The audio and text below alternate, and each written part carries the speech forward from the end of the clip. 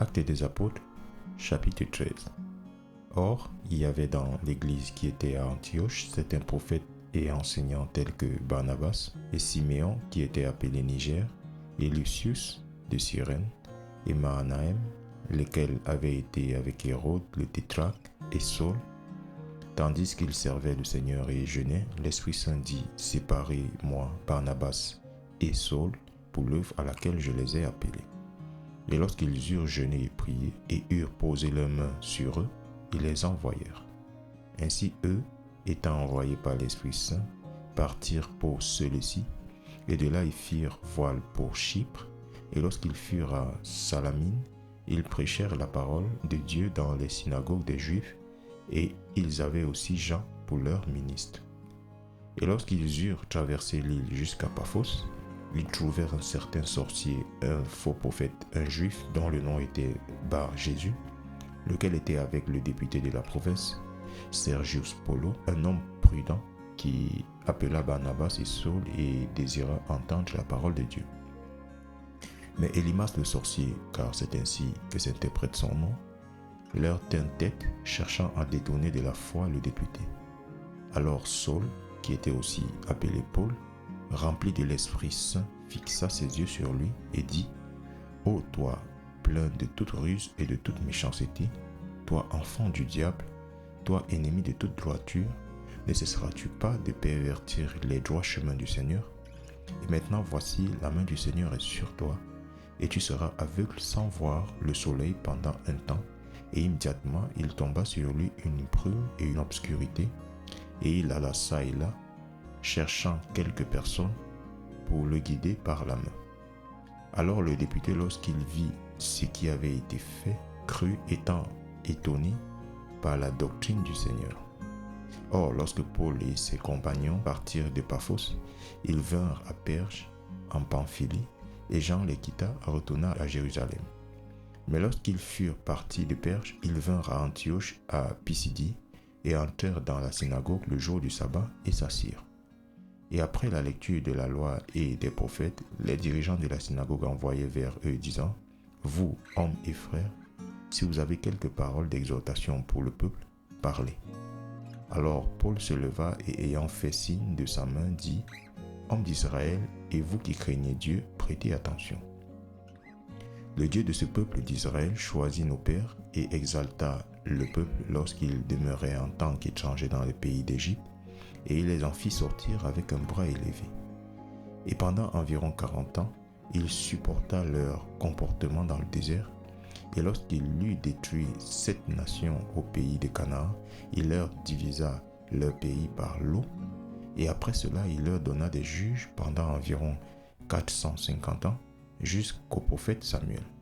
Et ensuite ils désirèrent un roi, et Dieu leur donna Saül, le fils de Kis, un homme de la tribu de Benjamin, pendant 40 ans.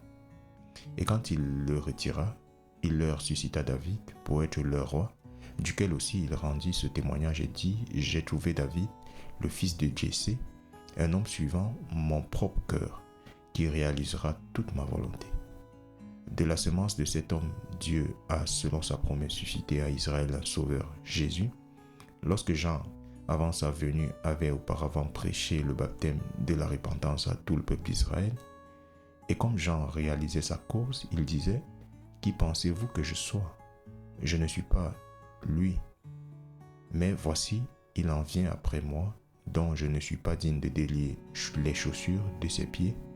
Hommes et frères, enfants de la bouche d'Abraham, et quiconque parmi vous qui craint Dieu, à vous la parole de ce salut est envoyée. Car ceux qui demeurent à Jérusalem et leurs dirigeants, parce qu'ils ne le connaissent pas, ni même les voix des prophètes qui sont lus chaque jour de sabbat, ils les ont réalisées en le condamnant. Et bien qu'il n'ait trouvé en lui aucun motif de le mettre à mort, cependant ils désirèrent de Pilate qu'il soit tué. Et quand ils eurent réalisé tout ce qui a été écrit de lui, ils le descendirent de l'âbre et le mirent dans un sépulcre. Mais Dieu le ressuscita d'entre les morts, et il a été vu beaucoup de jours par ceux qui étaient montés avec lui de Galilée à Jérusalem, qui sont ses témoins envers le peuple. Et nous vous déclarons d'heureuses nouvelles, comment la promesse qui avait été faite au Père, Dieu l'a réalisée envers nous, leurs enfants, en ce qu'il a ressuscité Jésus, comme il est aussi écrit dans le second psaume, « Tu es mon fils, aujourd'hui je t'ai engendré ». Et pour ce qui concerne qu'il l'ait ressuscité d'entre les morts, pour ne plus retourner à la corruption, il a dit de cette manière, « Je vous donnerai les miséricordes certaines de David ». C'est pourquoi il dit aussi dans un autre psaume, « Tu ne permettras pas que ton seul saint voie la corruption ». Car David, après qu'il ait servi sa propre génération par la volonté de Dieu, s'est endormi et a été mis avec ses pères et a vu la corruption. Mais lui, que Dieu ressuscita, n'a pas vu la corruption. Sachez-le donc, mon frère, que par l'intermédiaire de cet homme, le pardon des péchés vous est prêché. Et par lui, tous ceux qui croient sont justifiés de toutes choses dont vous ne pouviez être justifiés par la loi de Moïse.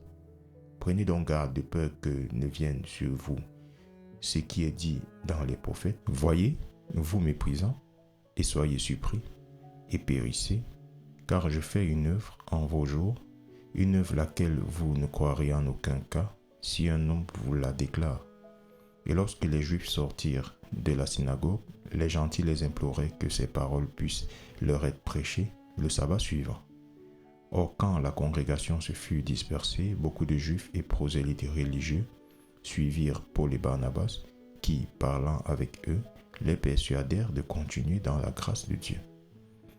Et le jour du sabbat suivant, presque toute la ville vint s'assembler pour entendre la parole de Dieu. Mais quand les Juifs virent les multitudes, ils furent remplis d'envie et parlaient contre ces choses dont Paul parlait, le contredisant et blasphémant.